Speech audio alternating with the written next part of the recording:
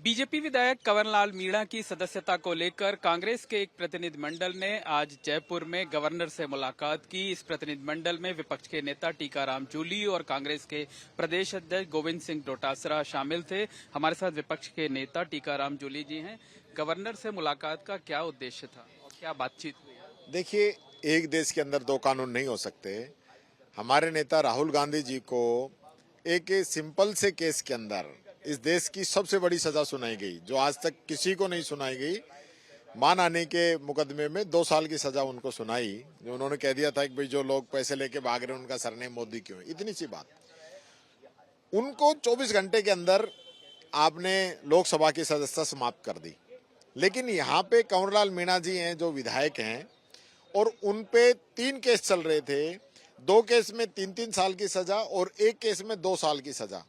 राजकार्य में बाधा, सरकारी संपत्ति को नुकसान, आईएएस ऑफिसर पे पिस्टल तानने तक के आरोप थे। वो एसीजीएम कोर्ट से, एडीजे कोर्ट से, हाई कोर्ट से उनको सजा हुई। उसके बाद रिलीफ लेने के लिए वो सुप्रीम कोर्ट पहुंचे। वहां भी 3 जजों की बेंच ने उसको खारिज कर दिया। उसके बावजूद आज 19 दिन कंप्लीट हो चुके हैं। स्पीकर महोदय को 3 बार रिमाइंडर दे चुके हैं, मिल चुके हैं, फोन पे बात कर चुके हैं। लगातार मीडिया में ये बात हम कह रहे हैं कि उस पर निर्णय लीजिए, उनकी सदस्यता को आप खत्म करिए, रद्द करनी चाहिए उनकी, लेकिन नहीं कर रहे हैं। और अभी आज हम राज्यपाल महोदय से मिले हैं। राज्यपाल महोदय को भी अनुच्छेद 161 के अंदर वो लोग ये चाहते हैं कि इनकी सजा माफ हो जाए। ऐसा कैसे हो सकता है? आज एक आईएएस ऑफिसर को जो 20 साल लगे हैं न्याय के लिए, और उसके बाद आप कह रहे हो कि सजा माफ हो जाए, तो इसका मतलब फिर कानूनकार कोर्ट का तो कोई मतलब ही नहीं है। जिस प्रकार से सुप्रीम कोर्ट की फटकार इनको मध्य प्रदेश में लगी है, ऐसी फटकार यहाँ पे भी लगेगी।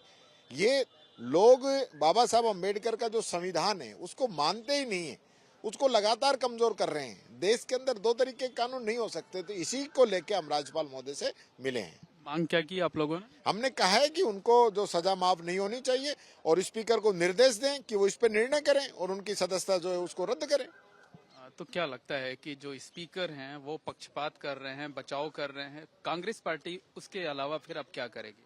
100% वो कर रहे हैं, इसमें तो कोई दो राय ही नहीं है। जो निर्णय 1 दिन में हो जाना चाहिए था, सुप्रीम कोर्ट का आदेश है लिली थॉमस वाले केस के अंदर कि आपको ये सदस्यता जो है उसी तत्काल प्रभाव से निरस्त करनी होगी।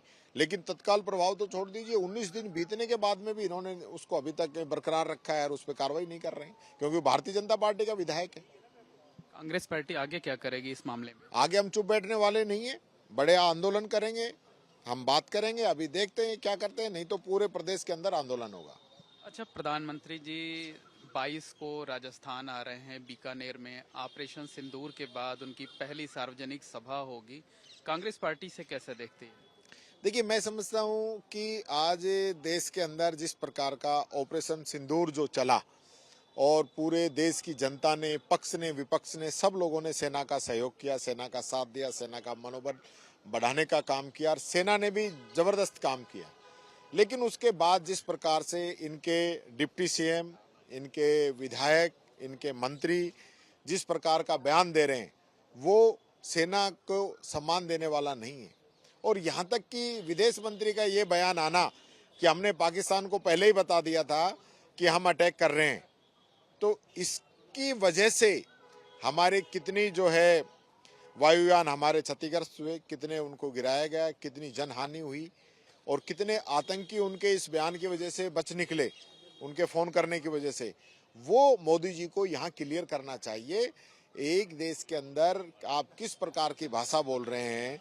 राजस्थान में बीजेपी का विधायक तिरंगे से पसीना पोंछता है और ये कहता है कि मैं चूम रहा हूं। इनका डिप्टी सीएम कह रहा है कि पूरा देश, पूरी सेना मोदी जी के चरणों में नतमस्तक है। इनका मंत्री कह रहा है, हमारी कर्नल सोफिया कुरैशी के बारे में जिस प्रकार का बयान दे रहा है, क्या ये मोदी जी इस पे कार्रवाई नहीं करना चाहते?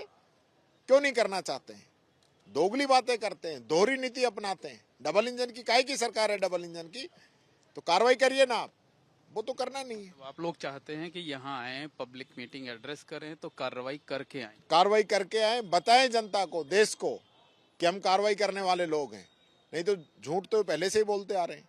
जो जो वादे किए थे, यहाँ राजस्थान के अंदर भी बात करके गए थे, ईआरसीपी की बात करके गए, यमुना के पानी की बात करके गए, किसान की आमदनी दुगनी करने की बात कहे, डॉलर रुपए बरोबर करने की बात की थी, महंगाई को कम करने की बात की थी, राजस्थान के अंदर लाल डायरी का जिक्र किया था, राजस्थान को हरियाणा के बरोबर डीजल पेट्रोल बरोबर करने की बात की थी, राजस्थान को विशेष राज्य का दर्जा देने की बात करते थे। तो आज तो कहीं इन पे तो कोई चर्चा ही नहीं है, तो भूल गए क्या?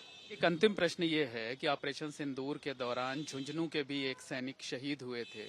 आप लोग उनको जो मुआवजा, परिवार को जो आर्थिक मदद दी गई, उसकी हरियाणा से तुलना कर रहे हैं और सरकार पर सवाल उठा रहे हैं। देखिए, हरियाणा में बीजेपी की सरकार है, राजस्थान में बीजेपी की सरकार है।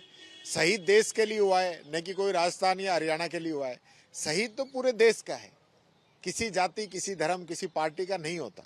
हमने यही कहा है कि जो सम्मान हरियाणा की सरकार दे रही है तो राजस्थान को भी देना चाहिए, इसमें तो कोई गलत नहीं कहा हमने।